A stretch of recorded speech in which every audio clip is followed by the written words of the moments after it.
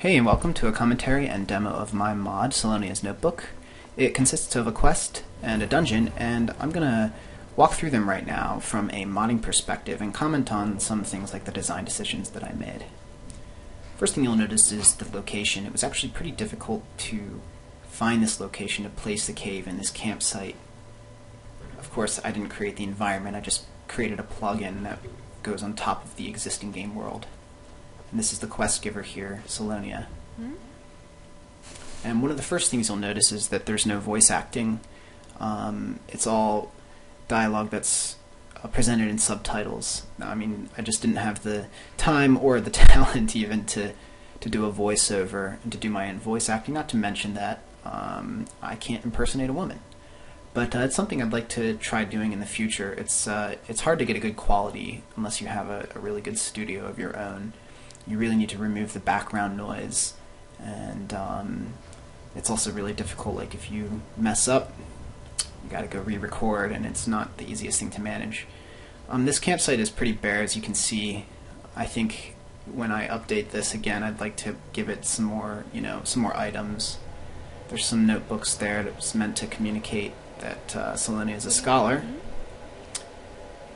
Here you can go back and talk to her again if you rejected the quest to begin with, but then you decided to go back and you wanted to accept it. All the dialogue is it seems pretty simple on the surface, and it's pretty corny, but it's actually really difficult to get all of the conditions correct. So there are certain lines that need to appear based on certain conditions, and even really simple quests. It's really difficult to manage or to keep track of what conditions those are and when exactly the NPC or the quest giver is supposed to say something and when they're supposed to not repeat the same line, but instead a nuanced line based on your interaction with them. So now let's go inside and embark on this quest.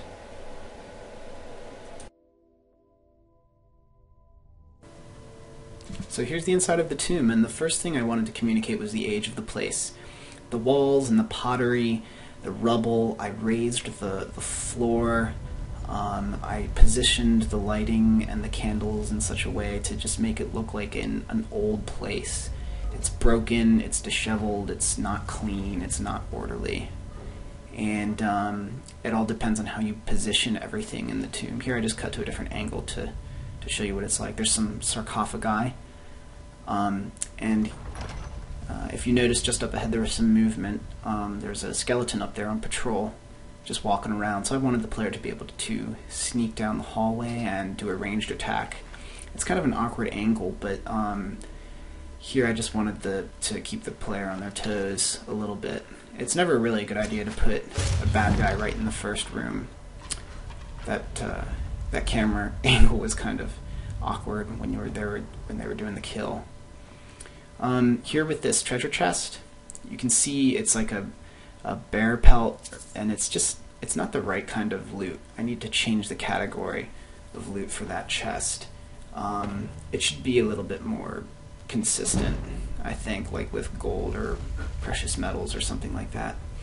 Here I provided a book that increases the player's lockpicking skill, and I also put some lock picks there on the table, because they're going to have to pick some locks in order to proceed and get some really cool treasure. Here in this hallway you can see roots coming up out of the floor and some mist and some dust. Another thing that I wanted to do to make the place seem really old. Here's one of the examples of the doors that you can lockpick in the game.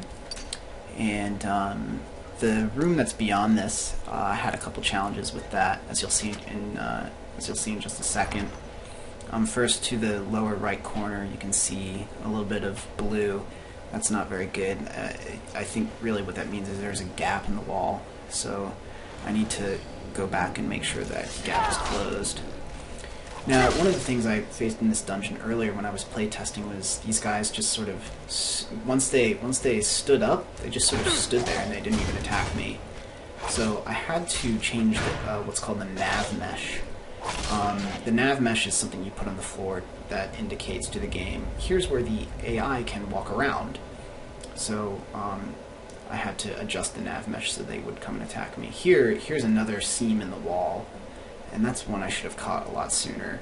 That's just another gap that I need to fix. A couple things with this table. One, I wanted to diversify the loot. So there are these flowers and everything so they can use the alchemy table later, and with this bowl currently you have to pick up the bowl first before you get the coins out. And that's a problem I need to fix. Down in this room, what I wanted to show you is this this skeleton. He's just kind of standing there, and he should be moving around in a patrol, so he seems more realistic. So that's something you constantly need to test for to make sure your AI is moving around and looking realistic. In this room, I just wanted to show you a cool effect where you can have these bad guys pop out of these sarcophagi. And in this case, I have 3 of them, and one of them sort of hangs behind to shoot arrows at you. And I found that's a pretty good way to set up the combat. Now in this case, I wanted to set up this long room where the player can sort of crouch and pick off the enemies at a distance. That's just a really satisfying combat experience for players, and I think that's a really great way to go about it. One thing I wanted to highlight here is that there's this single sconce on the wall. It's a different color, different shape. It just doesn't really seem to fit into the walls of this catacombs, and I think that's something I would like to change to make it look more symmetrical, to make it look a little bit more natural. Another thing I wanted to show is there's this ambush here where these enemies come at you from multiple directions, and I think that's a good idea just so that the player doesn't have too easy of a time taking these guys down. Here I wanted to show that there should be another bad guy who uses magic against you, again, to increase the challenge. This cave is based on a design that I learned while going through the tutorials and learning how to use the creation kit. So I tweaked it a little bit, and I really like it because it has this open feel, and so it gives this sense of drama, this final showdown with the boss. So here's the final fight with the boss, and as you can see, he's no weakling. He uses dragon shouts. He moves very fast, does very damaging blows. In fact, he's almost disproportionately difficult, and I think that's going to be something I need to fix just to achieve a sense of balance. So here, after killing the boss, here's Salonia's notebook, and I added some notes here, and there's kind of this blank page that probably shouldn't be there. But there's these other notes in here about other tombs that Salonia has been to, so there's a little bit of backstory here, and that's pretty cool. But there's some issues, like it should be a little bit more detailed if she's been around the country doing some research on the tombs of Skyrim. And one thing that I did want to highlight is that in order for the player to get out of the dungeon, they have to pretty much go back the same way that they came, which I don't think is ideal at all. They should be able to have some alternative way out to keep it a little bit more interesting. And here's actually one of the bodies of one of the guards who was protecting Salonia. So I wanted to add these dead bodies in there to make it a little bit more realistic. So after getting all the loot and leaving the dungeon, the player can return to the quest giver, to Salonia, and return the notebook, and she's totally enthralled. It's excellent, and the player makes a little bit of money. And in fact, there's an inconsistency here. She offers you 300 gold, but she actually, what I did was she ends up giving you 400. So I'm going to have to fix that inconsistency. You'll also notice that when the quest is finished, Salonia just goes back to her business around the camp. She just sort of wanders about, and that's another thing I'm going to need to fix to set up her behavior to be a little bit different and more realistic. Anyways, thanks a lot for listening. I hope that this was helpful and enjoyable, and happy modding.